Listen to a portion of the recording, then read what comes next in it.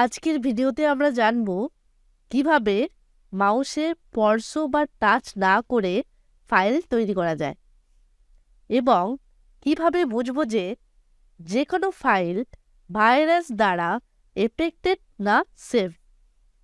ওকে, চলুন শুরু করা যাক। প্রথমে আমরা জানব কিভাবে মাউস টাচ না করে ফাইল তৈরি করা যায়। আমরা সাধারণত ফাইল তৈরি করার জন্য মাউসের রাইট সাইডে ক্লিক করি, তারপর নিউতে এসে ফোল্ডারে ক্লিক করি। এই রকমভাবে আমরা নতুন ফোল্ডার তৈরি করি। কিন্তু এখন আমরা জানব কিভাবে মাউসে টাচ না করে নতুন ফোল্ডার তৈরি করা যায়। দেখুন, এখানে কোনো নতুন ফোল্ডার ক্রিয়েট করা নেই। তো এখন আমি কিবোর্ড থেকে শর্টকাটের মাধ্যমে ফোল্ডার তৈরি করব। আমাদের যেটা করতে হবে সেটা হলো কিবোর্ড থেকে কন্ট্রোল এবং শিফট বাটন একসাথে প্রেস করে এন বাটন প্রেস করতে হবে। তো আমি কিবোর্ডের কন্ট্রোল বাটন এবং শিফট বাটন একসাথে চেপে ধরে এন প্রেস করলাম। দেখুন, এখানে একটা নতুন ফোল্ডার তৈরি হয়ে গেছে। এখান থেকে নিজের পছন্দ মতো আপনি নাম চেঞ্জ করে নেবেন। তো আবারও আমি কিবোর্ড থেকে কন্ট্রোল বাটন এবং শিফট বাটন চেপে ধরে এন বাটন প্রেস করলাম। দেখুন, নতুন ফোল্ডার তৈরি হয়ে গেছে। তো এভাবেই আপনারা মাউসে টাচ না করে কিবোর্ড থেকে ফোল্ডার তৈরি করতে পারবেন। ওকে, এবার নেক্সট কি আছে দেখে নিই। আমরা প্রায়ই ইন্টারনেট থেকে ফাইল ডাউনলোড করি বা অন্য কারোর কাছ থেকে ফাইল এনে ওপেন করি। ফাইল ওপেন করার আগে আমরা চেক করে দেখি না যে ফাইলে ভাইরাস আছে কিনা।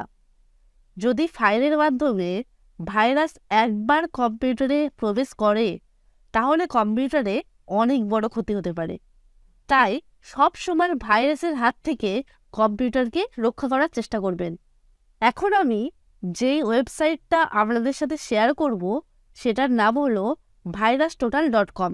এর সাহায্যে আপনি যে কোনো ফাইল স্ক্যান করতে পারেন এবং আপনারা সহজেই বুঝতে পারবেন যে ফাইলটা সেফ নাকি আনসেফ।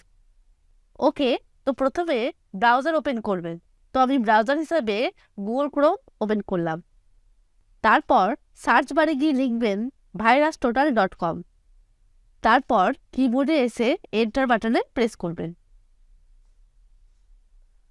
এরপর এরকম একটা ইন্টারফেস চলে আসবে।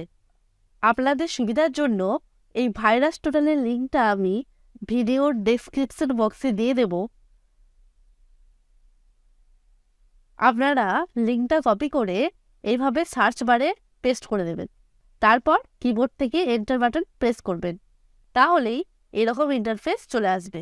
এখানে দেখুন, প্রথমে আছে ফাইল, অর্থাৎ আপনার কম্পিউটার থেকে সেভ করা ফাইল এখানে আপলোড করে স্ক্যান করতে পারবেন। তারপর আছে ইউআরএল, অর্থাৎ যে কোনো লিঙ্ক এখানে এনে সার্চ অথবা স্ক্যান করতে পারবেন। তারপরে আছে সার্চ, এই সার্চের মাধ্যমেও আপনারা ফাইল সার্চ করতে পারবেন। ওকে, এখন আমি সেভ করা ফাইল স্ক্যান করে দেখাবো। তার জন্য ফাইলে ক্লিক করলাম। তারপর এখানে দেখুন চুজ ফাইল বলে অপশন আছে, এই চুজ ফাইলে ক্লিক করলাম।